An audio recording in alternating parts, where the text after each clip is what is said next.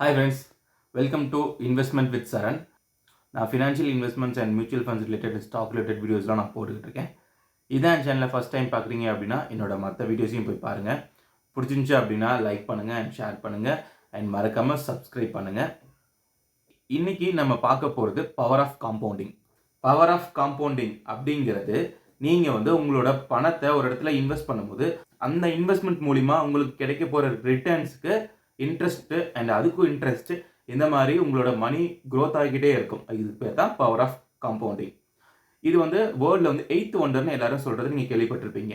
ஏன் அப்படி சொல்கிறாங்க அப்படின்னா, உங்களால் இந்த 8th ஒண்டரை அச்சீவ் பண்ணுறதுக்கு லாங் டேர்முக்கு, அதாவது ஆல்மோஸ்ட் 20லேருந்து 30 வருஷத்துக்கு நீங்கள் இன்வெஸ்ட் பண்ணும்போது உங்களோட பணம் கிட்டத்தட்ட பல மடங்கு பெருகியிருக்கும். அப்படி பெருகி இருக்கும்போது தான் இந்த 8th ஒண்டரை உங்களால் பார்க்க முடியும் அப்படின்னு சொல்லுவாங்க. ஸோ இந்த மாதிரி ஒரு லாஜிக் நமக்கு தெரியும், ஆனால் நம்மளால் இன்வெஸ்ட் பண்ண முடியல. ஏன் இன்வெஸ்ட் பண்ண முடியலன்னு என்னைக்காவது யோசிச்சிருக்கீங்களா? ஸோ அதை எப்படி எளிமையாக புரிஞ்சுக்கிட்டு எப்படி நம்ம இன்னையிலேருந்து இன்வெஸ்ட்மெண்ட்டை ஸ்டார்ட் பண்ணுறதுங்கிறத பற்றி தான் நான் இந்த வீடியோவில் சொல்ல போகிறேன். ஃபர்ஸ்ட் இந்த பவர் ஆஃப் காம்பவுண்டிங் எப்படி வேலை செய்யுது அப்படின்னு பார்ப்போம்.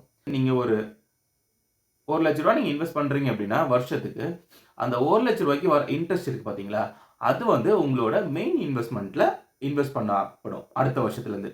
ஸோ அடுத்த வருஷம் நீங்கள் இன்னொரு 1 லட்ச ரூபா இன்வெஸ்ட் பண்ணும்போது கிட்டத்தட்ட உங்களுக்கு 2,10,000 ரூபா அந்த இன்ட்ரெஸ்ட்டோட சேர்த்து இருக்கும். ஸோ அந்த 10,000த்துக்கும் சேர்த்து இன்ட்ரெஸ்ட் வரும். ஸோ இந்த மாதிரி உங்களோட இன்ட்ரெஸ்ட்டுக்கு, இனிஷியல் அமௌண்ட்டோட இன்ட்ரெஸ்ட்டுக்கு இன்ட்ரெஸ்ட் ஒரு 20லேருந்து 30 வருஷம் நீங்கள் ப்ராப்பராக இன்வெஸ்ட் பண்ணிக்கிட்டே வந்தீங்க அப்படின்னா டெஃபினட்டாக உங்களுக்கு இந்த லாஜிக் ஒர்க் ஆகும். நீங்கள் எவ்வளோ வருஷம் நீங்கள் இன்வெஸ்ட் பண்ணுறீங்களோ அதே மாதிரி அந்த டைமை நீங்கள் கொடுக்கணும் அந்த காம்பவுண்ட் ஆகிறதுக்கு. அப்படி கொடுத்தாதான் அதோட பெனிஃபிட் உங்களால் அடைய முடியும். இதுக்கு நீங்கள் ஸ்டார்டிங்லேயே பெரிய அமௌண்ட்டாக தான் இன்வெஸ்ட் பண்ணணும்னு அவசியமே கிடையாது. ஒரு சின்ன சின்ன அமௌண்ட்டு கூட நீங்கள் இன்வெஸ்ட் பண்ணீங்கன்னா ஒவ்வொரு பீரியட் உங்களுக்கு ஒரு லார்ஜ் அமௌண்ட்டாக வரும். ஸோ இந்த மாதிரி இன்வெஸ்ட்மெண்ட் உங்களோட ஃபினான்ஷியல் ஃப்ரீடம்காகவும் உங்களோட ஃபினான்ஷியல் க்ரோத்துக்காகவும் நீங்கள் தாராளமாக இன்வெஸ்ட் பண்ணலாம். இந்த பவர் ஆஃப் காம்பவுண்டிங்கோட ஃபுல் பெனிஃபிட்ஸை அடையிறதுக்கு நீங்கள் எவ்வளோ ஏர்லியாக ஸ்டார்ட் பண்ண முடியுமோ, நீங்கள் எவ்வளோ வேணாலும் இன்வெஸ்ட் பண்ணலாம், அது பிரச்சனை கிடையாது. ஆனால் எவ்வளோ ஏர்லியாக ஸ்டார்ட் பண்ண முடியுமோ, ஏர்லி 20s இல்லை ஏர்லி 30ஸ்க்குள்ளே நீங்கள் இன்வெஸ்ட் பண்ண ஆரம்பிச்சிட்டிங்க அப்படின்னா உங்களுக்கு ரிட்டையர் ஆகும்போது 60 வயசில் ரிட்டையர் ஆகும்போது ஒரு சம் காப்போஸ் அமௌண்ட் உங்களுக்கு இருக்கும். ஸோ அதை வச்சு நீங்கள் ஃபியூச்சரை ஈஸியாக பீஸ்ஃபுல்லாக சேஃபாக வாழ்ந்துடலாம். இதை அச்சீவ் பண்ணுறதுக்கு நீங்கள் கன்சிஸ்டண்ட்டாக எவ்ரி மந்த் ஆர் இயர் நீங்கள் என்ன பிளான் எடுக்கிறீங்களோ அந்த பிளானில் ஃபாலோ பண்ணிக்கிட்டே இருக்கும். இன்கேஸ் நீங்கள் ஒரு வருஷம் நீங்கள் ட்ராப் பண்ணிட்டா கூட அதோட கண்டினியூட்டி பிரேக் ஆகிடுச்சு அப்படின்னா உங்களுக்கு அடுத்த வர வருஷங்களில் நீங்கள் இந்த ஓகே 1 இயர் தானே அப்படின்னு சொல்லிட்டு கண்டினியூட்டி பிரேக் ஆக வாய்ப்பு இருக்குது. இதனால் இந்த மிஸ்டேக்கை நீங்கள் பண்ணவே கூடாது. அடுத்து பி பேஷண்ட். அதாவது நீங்கள் எவ்வளோ பொறுமையாக இருக்கணுமோ அவ்வளோ பொறுமையாக இருக்கணும். ஏன்னா 30 வருஷம் நீங்கள் ஒரு இடத்துல அமௌண்ட்டை போட்டுட்டு எடுக்க மாட்டேன்னு சொல்கிறவங்க யாருமே இல்லை. ஸோ அதை நம்ம புரிஞ்சுக்கிட்டு எதுக்காக இன்வெஸ்ட் பண்ணுறோம், அதோட கோல் என்ன, இது எல்லாத்தையுமே புரிஞ்சுக்கிட்டு கிளியராக தெரிஞ்சுக்கிட்டு அதில் இன்வெஸ்ட் பண்ண ஆரம்பிக்கணும். உங்களுக்கு எந்த மாதிரி இன்வெஸ்ட்மெண்ட் வேணும் அப்படிங்கிறத முன்னாடியே பிளான் பண்ணிக்கிட்டு இந்த இன்வெஸ்ட்மெண்ட்டில் கை வைக்காமல் உங்களோட ரெகுலராகவும் இல்லை அப்பப்போ மீடியம் டைமில் ஒரு 5 இயர்ஸில் 10 இயர்ஸில் வேணும் அப்படின்னா அதுக்கு தனியாக இன்னொரு அமௌண்ட் இன்வெஸ்ட் பண்ண ஸ்டார்ட் பண்ணிவிடுங்க. Be disciplined. அதாவது எவ்வளோ டிசிப்ளினாக இருக்கீங்களோ அந்த அளவுக்கு உங்களோட இன்வெஸ்ட்மெண்ட் ஸ்ட்ராட்டஜி டிசிப்ளினாக இருக்கும். அதே மாதிரி உங்களுக்கு நல்ல க்ரோத்தும் கிடைக்கும். ஸோ இந்த ஸ்டெப்ஸில் நீங்கள் ஃபாலோ பண்ணாவே உங்களால் இந்த கோலை ஈஸியாக அச்சீவ் பண்ண முடியும்.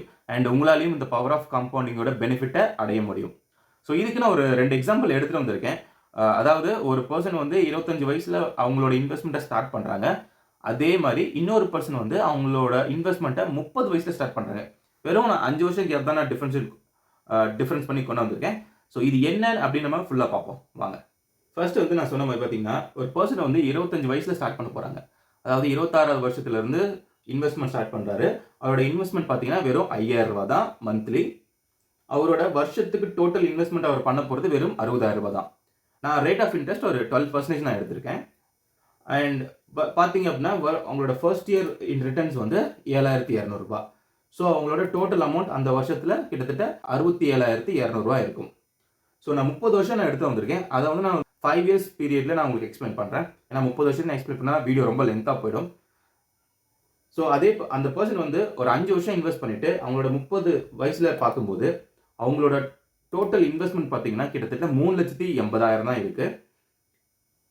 அந்த வருஷத்துல ஒரு ரிட்டர்ன்ஸ் பார்த்தீங்கன்னா கிட்டத்தட்ட 45,000 உங்களுக்கு ரிட்டர்ன்ஸ் வந்திருக்கு. அதோட டோட்டல் அமௌண்ட் அந்த 5 வருஷத்துல பார்த்தீங்கன்னா அந்த பர்சன் கிட்ட 4,30,000 கிட்ட அமௌண்ட் இருக்கு. இதுவே 10 வருஷம் கழிச்சு பார்த்தீங்க அப்படின்னா டோட்டல் இன்வெஸ்ட்மெண்ட் அது வரைக்கும் பார்த்தீங்கன்னா கிட்டத்தட்ட 10,50,000 கிட்ட இருக்கு. அண்ட் அந்த வருஷத்துக்கு உண்டான ரிட்டர்ன்ஸ் பார்த்தீங்கன்னா 1,25,000 ரிட்டர்ன்ஸ் வந்திருக்கு. ஸோ டோட்டலாக பார்த்தீங்கன்னா 11,80,000 கிட்ட அவங்களோட அமௌண்ட் அந்த 10 வருஷம் டைம்ல இருக்கு. இதே 15 வருஷம் கழிச்சு பார்த்தீங்க அப்படின்னா அந்த பர்சன் கிட்ட 22,36,000 டோட்டல் இன்வெஸ்ட்மெண்ட் இருந்திருக்கு. அண்ட் அந்த வருஷத்தோட ரிட்டர்ன்ஸ் பார்த்தீங்கன்னா கிட்டத்தட்ட 2.25 லட்சம். அதாவது பார்த்தீங்கன்னா ஒரு வருஷத்துல 2.25 லட்ச ரூபாய் இன்ட்ரெஸ்ட் வந்திருக்கு.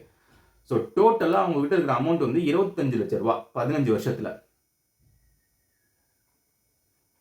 20 வருஷத்துல பார்த்தீங்க அப்படின்னா அந்த பர்சனோட அமௌண்ட் வந்து கிட்டத்தட்ட 43 லட்ச ரூபாய்க்கு க்ரோ ஆயிருக்கு. அண்ட் வருஷம் இன்ட்ரெஸ்ட் வந்து 5 லட்ச ரூபாய் கிட்ட இன்ட்ரெஸ்ட் வந்திருக்கு. டோட்டலாக பார்த்தீங்கன்னா 48,40,000 கிட்ட அவங்க கிட்ட டோட்டல் அமௌண்ட் இருந்திருக்கு. ஸோ 25 இயர்ஸ் கழிச்சு பார்த்தீங்க அப்படின்னா அந்த பர்சன் கிட்ட 80 லட்ச ரூபாய் கிட்ட இன்வெஸ்ட்மெண்ட் இருக்கு. அண்ட் அந்த ஒரு வருஷத்துக்கு மட்டும் கிட்டத்தட்ட 9,60,000 இன்ட்ரெஸ்ட் வந்திருக்கு. டோட்டலா 90 லட்சத்துக்கிட்ட அவர்கிட்ட அமௌண்ட் இருந்திருக்கும். 30 வருஷம் கழிச்சு பார்த்தீங்க அப்படின்னா அவர்கிட்ட 1.5 கோடி ரூபாய் டோட்டல் இன்வெஸ்ட்மெண்ட் இருக்கு. அண்ட் அந்த ஒரு வருஷத்துல 17 லட்ச ரூபாய் கிட்ட இன்ட்ரெஸ்ட் வந்திருக்கு. அண்ட் டோட்டலா பார்த்தீங்கன்னா 1.62 கோடி அவங்க கிட்ட இருக்கு. அவங்களோட 60வது வயசு, அதாவது அவரோட மொத்த இன்வெஸ்ட்மெண்ட் 35 வருஷம் வெறும் 5,000 மாசம் மாசம் போட்டு இருக்கும்போது அவர்கிட்ட இருக்கிற அமௌண்ட் டோட்டல் இன்வெஸ்ட்மெண்ட் அமௌண்ட் பார்த்தீங்கன்னா 2,58,00,000 கிட்ட இருக்கு. அந்த வருஷத்தோட இன்ட்ரெஸ்ட் மட்டும் பார்த்தீங்கன்னா 30 லட்ச ரூபாய் இன்ட்ரெஸ்ட். ஒரு வருஷத்துல 30 லட்ச ரூபாய் இன்ட்ரெஸ்ட் வந்திருக்கு பாத்துங்க. நம்ம ஏர்னிங் கூட ஒரு வருஷத்துக்கு 30 லட்ச ரூபாய் இருக்காது. அப்படி 30 லட்ச ரூபாய் இன்ட்ரெஸ்ட் வந்துருந்துச்சு அப்படின்னா கிட்டத்தட்ட மாசம் 2.5 லட்ச ரூபாய் நம்ம உங்களுக்கு சம்பளம் வந்திருக்கும். சம்பளம் வந்த மாதிரி கணக்கு. அவரோட டோட்டல் மெச்சூரிட்டி அமௌண்ட் பார்த்தீங்கன்னா கிட்டத்தட்ட 3 கோடி ரூபாய் 35 வருஷத்துல. உங்களால் நம்ப முடியுதா? வெறும் 5,000 ரூபாயில ஆரம்பிச்சு 3 கோடி ரூபாய் 35 வருஷத்துல அவரை அச்சீவ் பண்ணியிருக்காரு. ஸோ இப்போ வந்து இன்னொரு பர்சன் 30 வயசுல ஸ்டார்ட் பண்ணியிருந்தா அவரோட ரிட்டையர்மெண்ட் ஏஜ் 60 வயசுல என்ன அமௌண்ட் அச்சீவ் பண்ணியிருக்காருன்னு நம்ம பார்ப்போம். ஸோ இந்த பர்சன் வந்து ஃபர்ஸ்ட் இயர்ல, அதாவது அந்த 3 கோடி ரூபாவை ஈக்குவல் பண்றதுக்கு இந்த பர்சன் வந்து வருஷம் 9,000 ரூபாய் இன்வெஸ்ட் பண்ணாதான் அந்த 3 கோடி ரூபாவை ரீச் பண்ண முடியும். ஓகேங்களா?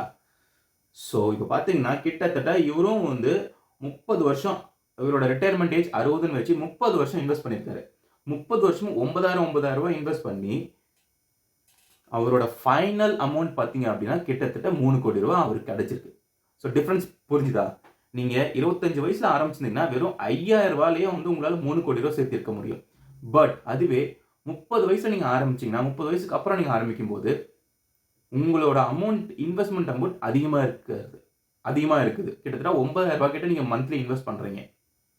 அப்படி இன்வெஸ்ட் பண்ணாதான் உங்களோட அந்த 3 கோடி ரூபாய் டார்கெட்டை அச்சீவ் பண்ண முடியுது.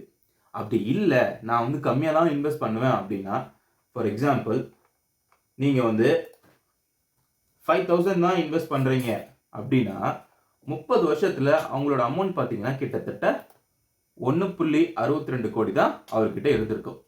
பாத்துங்க, 35 வருஷமா இன்வெஸ்ட் பண்ற பர்சன் கிட்டத்தட்ட 3 கோடி ரூபாய் அவர் கையில இருக்கு.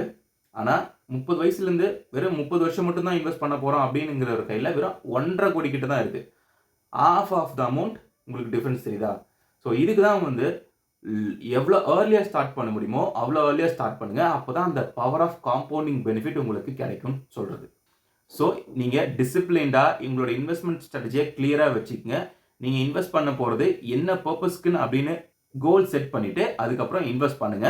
ஒரு போர்ஷனை வந்து இந்த மாதிரி பவர் ஆஃப் காம்பவுண்டிங்காக விட்டுட்டு ஒரு 30 வருஷம் உங்களோட ரிட்டையர்மெண்ட் பிளானுக்காக வச்சுக்கோங்க. மற்ற பிளான்ஸ் வந்து உங்களுக்கு என்ன நீட்ஸ் இருக்கோ அதை பேஸ் பண்ணி இன்வெஸ்ட் பண்ணலாம். இந்த வீடியோ மூலிமா உங்களுக்கு பவர் ஆஃப் காம்பவுண்டிங்கை பற்றி ஒரு கிளியர் ஐடியா கிடைச்சிருக்கும்னு நினைக்கிறேன்.